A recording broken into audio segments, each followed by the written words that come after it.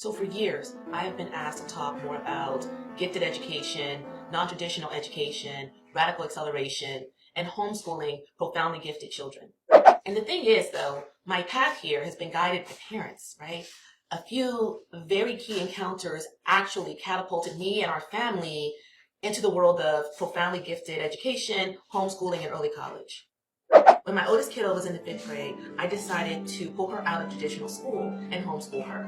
Despite the haters, loosely veiled as concerned friends and family, we persisted.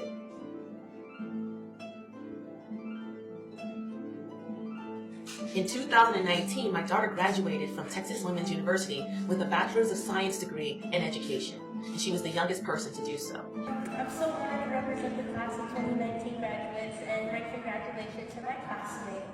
And went on to SMU School of Law and graduated last year at the age of 19 with a JD, the youngest woman and youngest Black person to ever do this in the history of the United States. Haley's been blazing her own trail since she was accepted to 9 law schools.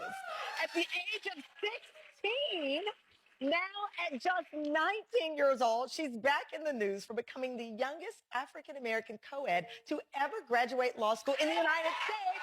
Please welcome Haley Taylor Schlitz in her first live TV interview since she got her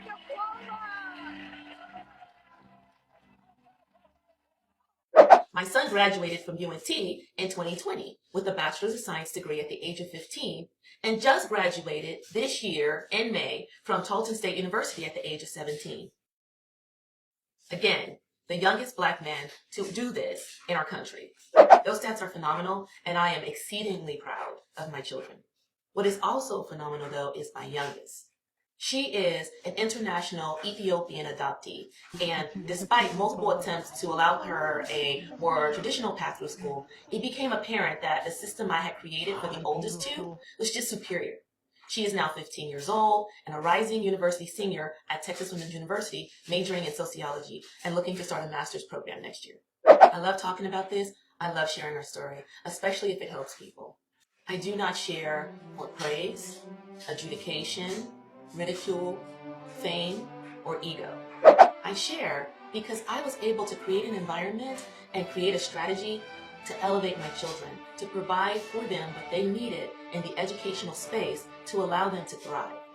And I was able to do that through the generous sharing of parents who have forged a similar path for their profoundly gifted children.